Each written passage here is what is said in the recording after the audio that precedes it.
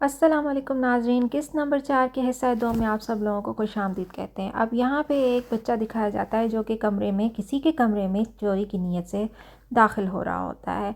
अब ये लड़का कौन है? ये है अज़हर भैया का छोटा बेटा। जी हाँ, उनका पहला बेटा तो जमील था जो कि आपने उस वक्त छोटा देखा था। ये सब लोग बेच बाच के अपनी अपनी जगह पे चले गए और इन पे काफ़ी गुर्बत का वक्त अब आ चुका है। अब ये है जमील का छोटा भैया। अब ये अपनी दादी के कमरे में आया है चोरी की नीयत से। यहाँ पे है सज्जल। सज्जल की एंट्री हुई है छम्मी के नाम से, इसको कहा जाता है छम्मी। अब यहाँ पे ना ही अज़हर भैया की कोई बेटी है, बेटियाँ हैं तो वो मज़हर भैया की हैं, लेकिन वो तो इनके साथ होता नहीं है। तो ये छम्मी है इनके मंजले भैया की बेटी। जी हाँ, ज़फ़र भैया, जिसने इनको इस मकाम पे ला खड़ा किया, जिसने इनको मशवरा दिया था कि सब कुछ बेच बाच के हम लोग अपने अपने मकाम को जाते। ये उसकी बेटी है जिसने अपनी इस बेटी को इनके हवाले कर दिया था, बल्कि बड़े भाई के हवाले कर दिया था कि इसकी परवरिश और इसको आप लोग पालेंगे। अब ये जो छोटा भैया है जमील का, ये बड़ा चोर होता है जो कि छम्मी के हर वक्त पैसे चोरी करता रहता है।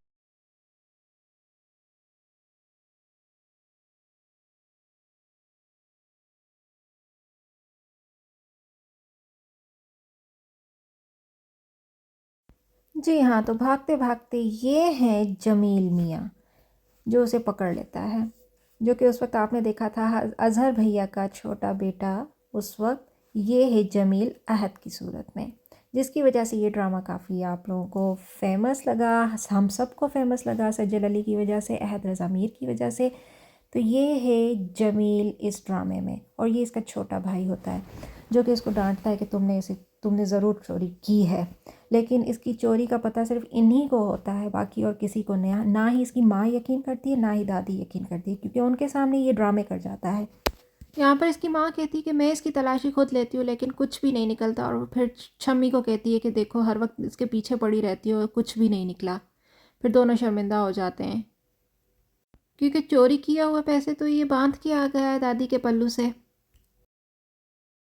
यहाँ पे ये ड्रामा करते हुए रोता हुआ फिर से अपनी दादी के पास आता है और आके कहता है कि सब मुझे मारते हैं, मुझसे कोई भी प्यार नहीं करता है। एक दिन मैं भी छोटे चाचू की तरह चला जाऊँगा, जो कि उनका एक और चौथा चाचू होता है जो कि बचपन में घर से निकल जाता है। अब यहाँ पर जो है करीमन बुआ आग जला रही होती है कि पूरा घर धुआंधार हो जाता है। तो बड़ी बहू जो होती है वो उसे कहती है, करीमन बुआ आप आग जला भी लो, सारे घर को तुमने शमशान घाट बना लिया है। तो उस पर उसे करीमन बुआ कहती है कि ऐसा नहीं कहो। तो फिर जमील कहता है कि सही तो कह रही है, शमशान घाट में तो फिर भी मुर्दे जलते हैं, यहाँ तो ज़िंदा इंसान जले जा रहे हैं। इस पे करीमन बुआ कहती है कि तौबा करो मियाँ, तौबा करो, मलिक मुजफ्फ़र का पोता और ऐसी बातें। तो इस बात पे उसे बड़ा गुस्सा आ जाता है जमील को, और बार बार उसे कहता है तुम तो चुप ही करो, हर वक्त मालिक मुजफ्फ़र मालिक मुजफ्फ़र। अब तक तो उस हज़रत की जो हड्डियाँ हैं वो सुरमा हो चुकी होंगी। उस पर उसकी माँ उसे बहुत डांटती है, कहती है कि चुप करो, दादी ने सुन लिया तो उसकी दिल शिकनी होगी। बड़े हैं, बड़े बुज़ुर्गों के बारे में ऐसी बातें नहीं किया करते। तो वो कहते हैं कौन से बुज़ुर्ग अम्मी, कौन से बुज़ुर्ग, यहाँ पे हर बड़े के छोटे काम हैं।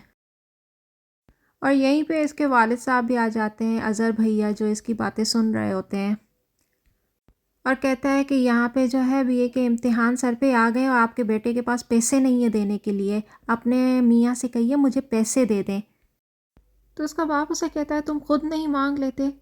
तो वो कहता है मुझे शर्म आती है। तो वो कह रहा है अपने बाप दादाओं को गालियाँ बकते हुए तो शर्म नहीं आती। जिसकी लज्जत भी प्यारी, जिसकी खुशबू भी प्यारी, जो है सबको पसंद, मेरी मच्छी निबंध है क्या, बता दो ना। नाच पान मसाला, नाच पान मसाला, जिसे खाए बहाने बहाने से सब खुश होते हैं, जिसको खाने से सब अपनी जेबों में रखते हैं, सब ही जिसे लहफियों में खिलाते हैं, सब ही जिसे जो है सबको पसंद, मेरी मुट्ठी में बंद है क्या, बता दो ना। नाच पान मसाला, नाच पान मसाला। यहाँ पर जमील अपने छोटे भैया को पकड़ लेता है जो कि छम्मी के चोरी किए हुए पैसों के साथ खेल रहा होता है, और वो उसको पकड़ लेता है और वो वहाँ से भाग जाता है।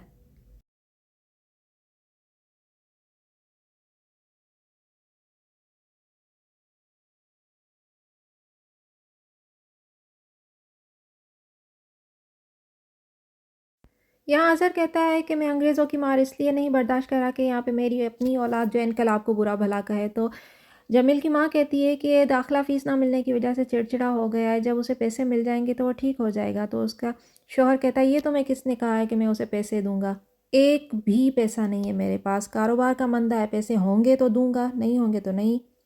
तो यहाँ पे इसरार आ जाता है और वो उसे बुलाता है बड़े भैया। फिर अज़हर मियाँ उससे कहते हैं कि हाँ इसरार कुछ बिका, तो वो कहता है हाँ जी हाँ 2 कफ़न बिके हैं। तो अज़हर कहता है कि बस अंग्रेज़ों के दौर में कफ़न ही बिकेंगे। और फिर अपनी बीवी को कहता है कि जाओ जाके हिसाब ले लो। फिर वो अपनी भाभी को कहता है कि भाभी ये मज़हर भैया का ख़त आया है, ये भी ले लीजिए। तो वो पर्दे की ओर से उन्हें वो ख़त भी देता है। फिर वो उनसे मज़हर भैया का पूछता है तो वो उन्हें बताती है कि गाज़ीपुर के उजाड़ ज़िले में उनकी तब्दीली हो गई है।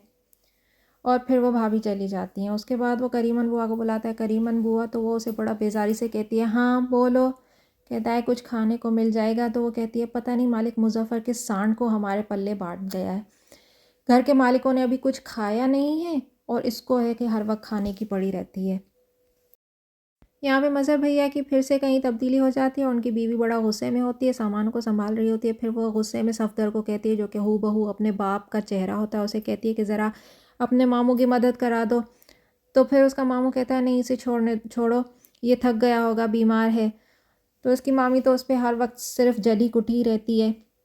शौहर से कहती है 15 सालों में हिंदुस्तान के 15 ज़िलों की खाक चटाई है आपने, और फिर मुझसे कहते हैं कि मैं इतनी करख्त क्यों हो रही हूँ। यहाँ पर मज़हर सफ्दर से कहता है कि तुम्हें जो भी कमरा पसंद आए तुम वो ले लेना। ये सुन के मज़हर की बीवी को बहुत ज़्यादा गुस्सा आ जाता है और गुस्से में वो तोड़ के चली जाती है कोई ना कोई चीज़। और ये देख के सफदर भी बहुत परेशान हो जाता है।